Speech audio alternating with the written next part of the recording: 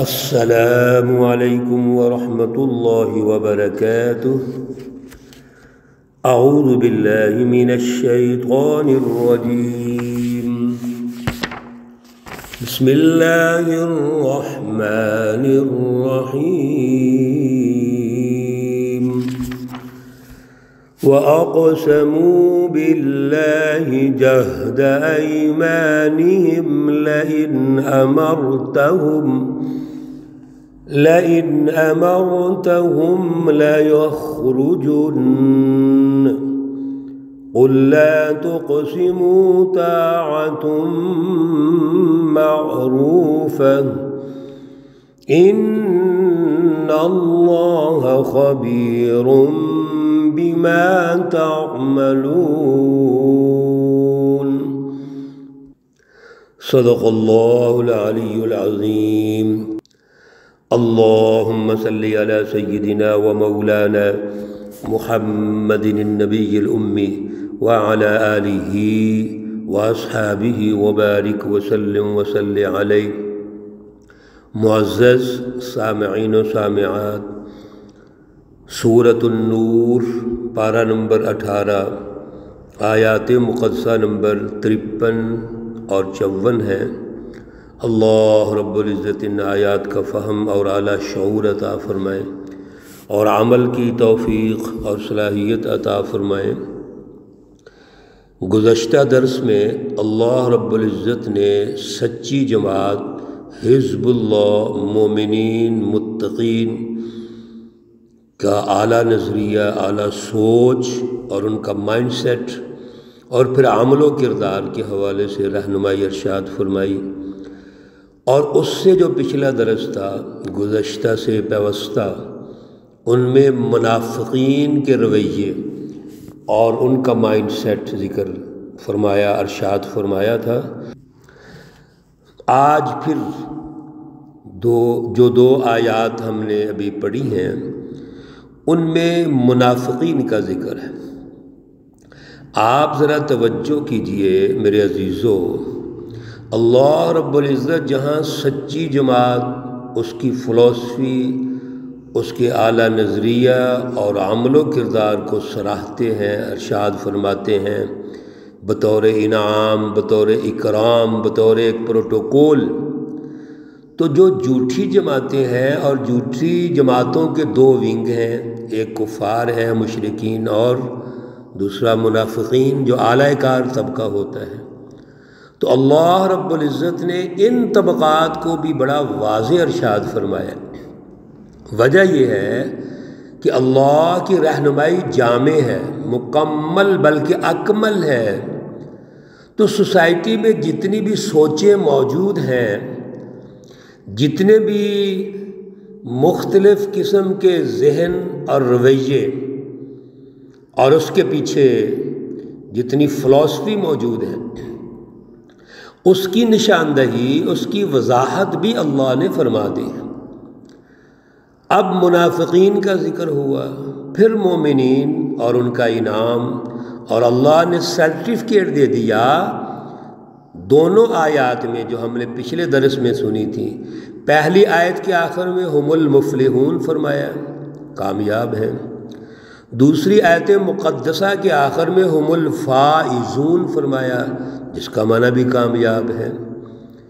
پہلے ایمان والوں، سچی جماعتوں کے پروسیس کو ذکر کیا اور پھر کامیابی کا سرٹیفکیٹ بھی جاری کر دیا۔ اس سے پہلی آیات میں منافقین کو ظالمون قرار دیا ہے، اور آج پھر ذرا توجہ کیجئے، اللہ ان کے مائنڈ سیٹ کا ذکر ارشاد فرما رہے ہیں۔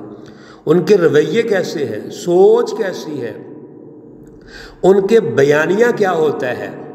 یہ جو بیانیہ ہے اس میں بھی توجہ کی ضرورت ہے۔ وَأَقْسَمُوا بِاللَّهِ جَهْدَ أَيْمَانِهِمْ، یہ قسمیں اٹھاتے ہیں اللہ کی، اور بڑی جہد ایمانہم، تاکیدی قسمیں اٹھاتے ہیں۔ لَئِنْ أَمَرْتَهُمْ، اگر آپ ان کو حکم دیں، لا یخرجن، وہ سب کچھ چھوڑ چھاڑ کے نکل جائیں گے۔ منافقین اپنی گفتگو میں قائل کرنے کے لیے، اپنے آپ کو نمایاں کرنے کے لیے جو بیانیہ جاری کرتے ہیں اس میں قسمیں ہوتی ہیں۔ اور قسمیں کیا ہوتی ہیں؟ جی ہم تو جو کہیں گے، جیسے کہیں گے قربانی دیں گے، اپنی جان، اپنا مال، ہم قسم اللہ کی اٹھاتے ہیں، فلاں کی قسم اٹھاتے ہیں، ہم قربانی دیں گے۔ اب اللہ کے الفاظ سنیے۔ پچھلی آیت آپ نے جو سنی تھی مومنین سے پہلی والی آیات، وہاں اللہ نے ارشاد فرما دیا تھا وما اولئک بالمؤمنین، یہ مومن نہیں ہے، یعنی ان کا جو بیانیہ ہے ایمان باللہ، ایمان بالرسول اور اطاعت کا، یہ درست نہیں ہے، جھوٹے ہیں۔ کیوں؟ مفاد پرست ہیں۔ یہاں اللہ کیا کہہ رہے ہیں؟ قل لا تقسموا، اے رسول صلی اللہ علیہ وسلم کہہ دیجئے کہ آپ قسمیں مت اٹھاؤ، طاعۃ معروفہ، جو اطاعت ہے وہ تو دستور کے مطابق ہوتی ہے۔ ذرا اللہ کے الفاظ پہ توجہ کیجیے، طاعۃ معروفہ، اطاعت کسی کے بیانیے کی محتاج نہیں ہوتی، سچی اطاعت قسموں کی محتاج نہیں ہوتی، بلکہ نظر آتی ہے۔ اس لیے فرمایا طاعۃ معروفہ، اطاعت کا ایک دستور ہے۔ اطاعت کے بھی دائرے ہوتے ہیں، اور سب سے بڑا اطاعت کا دائرہ عاجزی ہے، انکساری ہے، اعلیٰ جذبہ ہے، اعلیٰ قلبی قربانی کا جذبہ ہے، اللہ کی رٹ کو قائم کرنا ہے، کسی کے دکھلاوے کے لیے نہیں، کسی نمود و نمائش کے لیے نہیں، بلکہ اللہ کی رضا کے لیے ہے۔ تو جب اطاعت کی جو بیک گراؤنڈ ہے وہ اللہ کا حکم ہے، اس کی اطاعت ہے، اس کی رضا ہے، پھر قسمیں اٹھانے کی کیا ضرورت ہے؟ اسی لیے قسمیں مت اٹھاؤ۔ ان اللہ خبیر، بے شک اللہ خبردار ہے، خبر رکھتا ہے، بما تعملون، جو تم کرتے ہو۔ اللہ رب العزت کو پتہ ہے تمہارا بیانیہ کیا ہے، تمہارے دل میں کیا ہے، تمہارا عمل و کردار کیا ہے، تم کیا کرنا چاہتے ہو۔ فی قلوبہم مرض، ان کے دلوں میں بیماری ہے۔ زبان، دل اور عمل و کردار ایک پیج پہ نہیں ہے، بیانیہ کچھ اور ہے، دل اس کی تائید ہی نہیں کر رہا۔ دل میں بیماری ہے، مفادات کی بیماری، ذاتی اغراض کی بیماری، کفار اور مشرکین کی اعلی کاری کی بیماری، یہ ایجنٹی کا کردار ادا کرتے ہیں۔ اس لیے اللہ رب العزت نے پھر پروسیس ارشاد فرمایا۔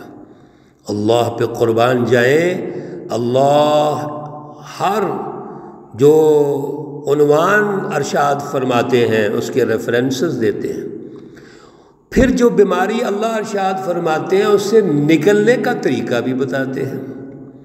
اللہ ارشاد فرما رہے قل، کہہ دیجئے اطیعوا اللہ، اللہ کی اطاعت کرو، وَأَطِيعُوا الرَّسُولَ، اور رسول صلی اللہ علیہ وسلم کی اطاعت کرو۔ یہ طاعت معروفہ اگر آپ میرے عزیزوں کے ذہن میں ہے تو یہ وہ اطاعت ہے کہ آپ اللہ اور رسول کی اطاعت کرو، یعنی اللہ کی فلسفی کو سمجھو، اپنے خیالات، خواہشات، نظریات پہ اللہ کی اطاعت، اللہ کے رسول کی اطاعت کی رٹ قائم کرو، اور اس کے مطابق معاشرہ تشکیل دو، اسی کے مطابق ایک سیاسی نظام بناؤ، معاشی نظام بناؤ، معاشرتی اور سماجی نظام بناؤ، اسی کے مطابق اداروں کی تشکیل کرو، پورا سسٹم اس کے مطابق تشکیل کرو، اصل میں یہ اطاعت ہے۔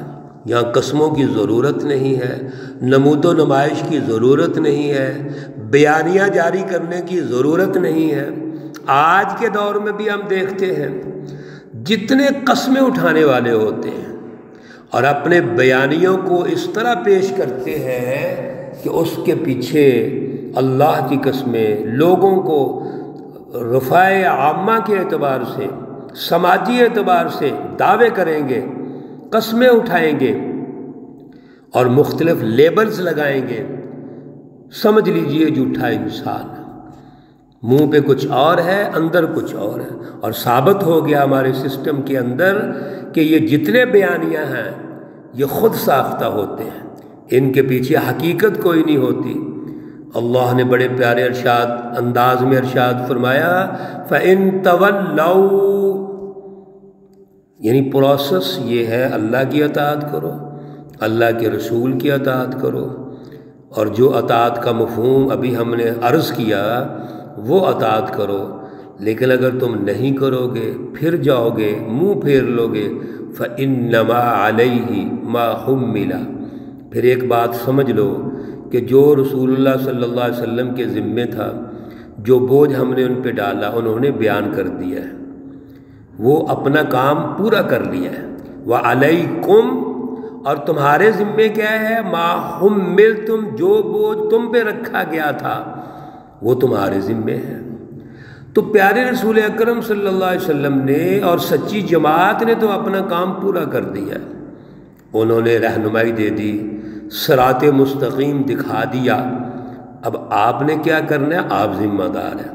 ہاں پھر اللہ ہمیں رہنمائی ارشاد فرماتے ہیں، ہمارے اندر موٹیویشن پیدا کرتے ہیں، وَإِن تُطِيعُوهُ، اگر آپ نے سچی اطاعت کی تہتدوا، تو ہدایت پالو گے، سچے راستے پہ آ جاؤ گے، صراط مستقیم مل جائے گا۔ لیکن رسول اللہ صلی اللہ علیہ وسلم کے جو ذمہ تھا وہ صرف ابلاغ تھا، وما علی الرسول الا البلاغ المبین، آپ صلی اللہ علیہ وسلم کے ذمے جو پیغام تھا وہ صرف اتنا تھا کہ انہوں نے کھول کھول کے بات کو واضح کر دیا، آگے پہنچا دیا۔ حضور اکرم صلی اللہ علیہ وسلم اور دیگر تمام انبیاء علیہ السلام، پھر آپ صلی اللہ علیہ وسلم کے بعد سچی جماعتیں، صحابہ اکرام، اولیاء اعظام، مجددین اعظام، علماء ربانی، ان کا کام کیا ہے؟ دعوت، سچی فلسفی، سچی بات کو آگے پہنچانا، پیش کرنا، اسلوب دعوت حکمت کے ساتھ، یہ ان کا کام ہے۔ اگر کوئی سوسائٹی میں نہیں مانتا تو وہ ان کی ذمہ داری ہے۔ اصل میں سچی جماعت نے اپنا کام ضرور کرنا ہے، اس کو رکنا نہیں چاہیے۔